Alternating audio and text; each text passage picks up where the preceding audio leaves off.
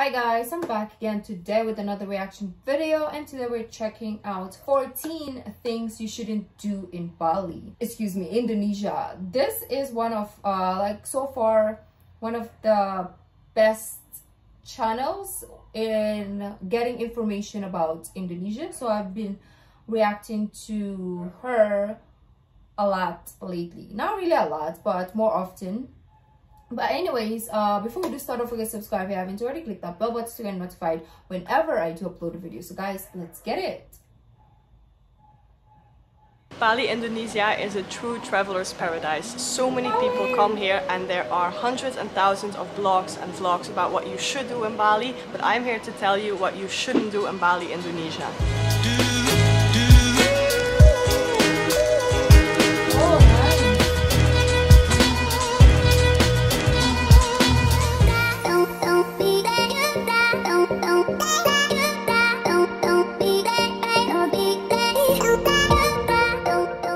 If you know what not to do in Bali, Indonesia, this will make your life so much more easier. When I just arrived here 9 months ago, I made so much mistakes and I'm here to prevent you from making the same mistakes. So we're gonna dive in and let's start with number 1. Number 1 is don't do drugs. This is probably one of the most important ones because the Indonesian authorities take the use of drugs very seriously. We've heard this before. Was it Malaysia? If you are caught in drugs possession, you will face the full force of the law. If you were to be convicted of trafficking drugs, then you might not just be looking at a prison sentence, you could also be looking at a death penalty. So just don't do it, stay away from drugs and you will be fine. Scary. Then number 2 is do not step on kanangsari. These are little offerings that local people bring to their gods. When stepping out, you will find these little packages of woven palm leaf, flowers and herbs everywhere, even on sidewalks and stairs. Stepping on one can be very offensive to a Balinese who witness your misstep. So just make sure you watch your steps and drive around it or walk around it so you don't step on it. This is something that I'm scared of when I go to other places, because I'm like, what if I do something that is offensive, right? Some people or some places, they don't really mind, especially if they see that you're a tourist, right? But also as a tourist, you don't want to also be disrespectful, right? My voice is going. And number 3 is do not drive a bike if you're not good at it. The traffic in Bali is absolutely crazy. There are scooters, bicycles everywhere. It's super crowded. They have their own rules here in Bali, and if you are not an experienced driver, don't do it. Take lessons before you do it, but don't step on a bike if you don't have any experience. It's simply too dangerous and you will get in a car or bike accident. Maybe I'm not trying. Number 4 is do not get mad when people honk at you. This is what happened to me in my first weeks here in Bali. I was super confused why people were honking at me the entire time. This simply means here like, hey, I'm coming, or be careful, I'm coming on your left, I'm coming on your right. It's a really kind gesture to do here. They're just saying that they're coming around you, or they use it whenever they want to pass someone, or if you are unsure if the people have seen you. It's just easy to honk at them. So it doesn't mean that they're angry at you or you did something wrong. It's just a simple, hey buddy, here I am.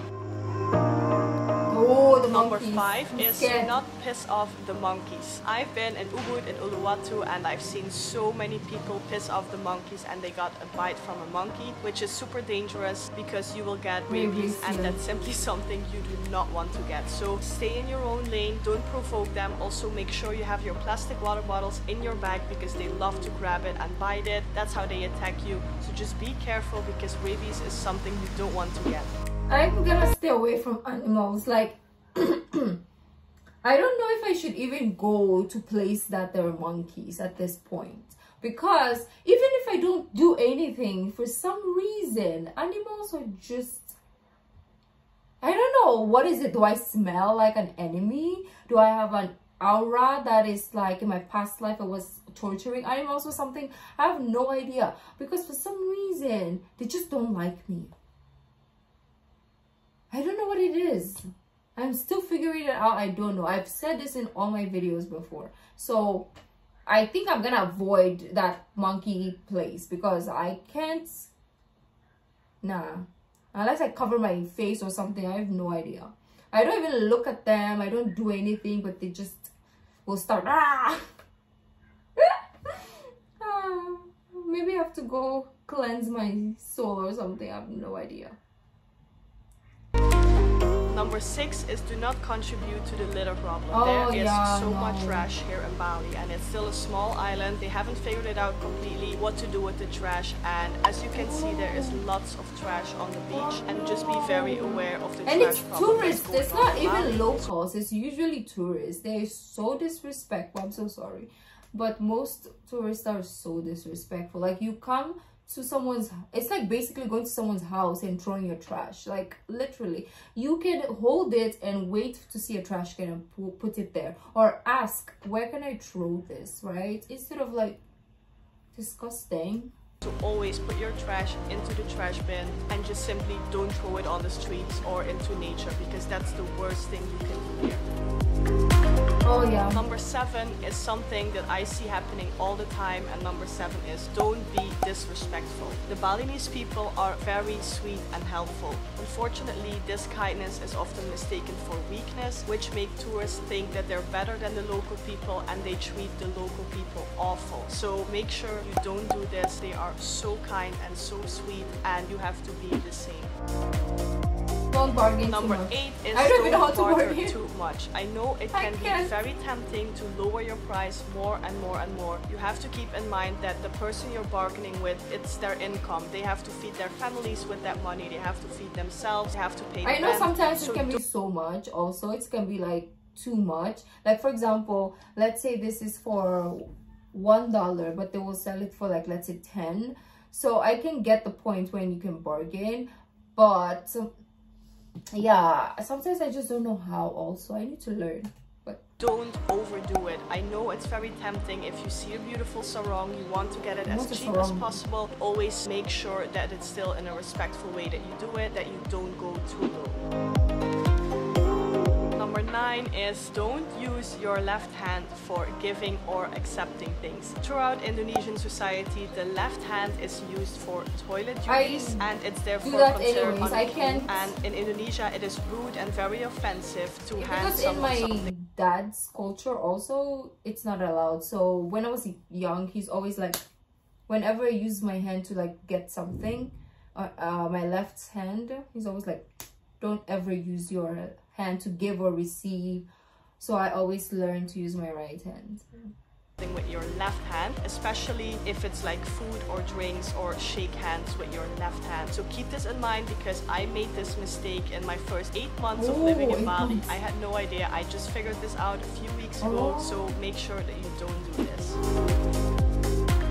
Then we have number 10, which is don't just eat Western food. This is for me super important, because a lot of people around me are just eating Western food, and I know it's super tempting. If you live in Canggu or in Ubud, there are so many cool Western restaurants with cool vegan food or with Italian food, whatever you can call it, but it is so nice to try the Indonesian local dishes, and you support also the local people with this, and it's so nice. This is the food that you need to try in order to have your full Bali Indonesia experience. Definitely.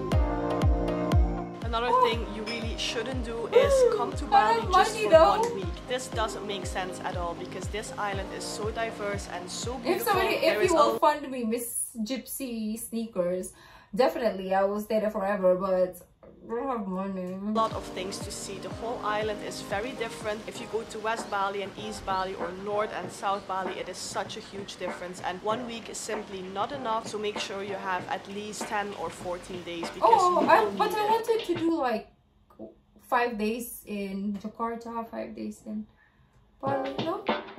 If you are traveling around Bali, don't ignore the Balinese culture. This is very tempting to do, because lots of people only go to see beautiful nature, to go to waterfalls, or to eat in the most beautiful cafes. But Bali has such a rich culture, and it's amazing. I visited the Panglipuran village, and this was one of the most authentic experiences I had. I visited the Panglipuran village, and this was one of the most... This looks like... What's his name again? Alfie Rev? His music video, it looks like this. place. Oh my god. Authentic experiences I had, and it makes you understand Bali as an island and the Balinese culture so much more. So your Bali trip will be way more special if you include a little bit of Bali cultural.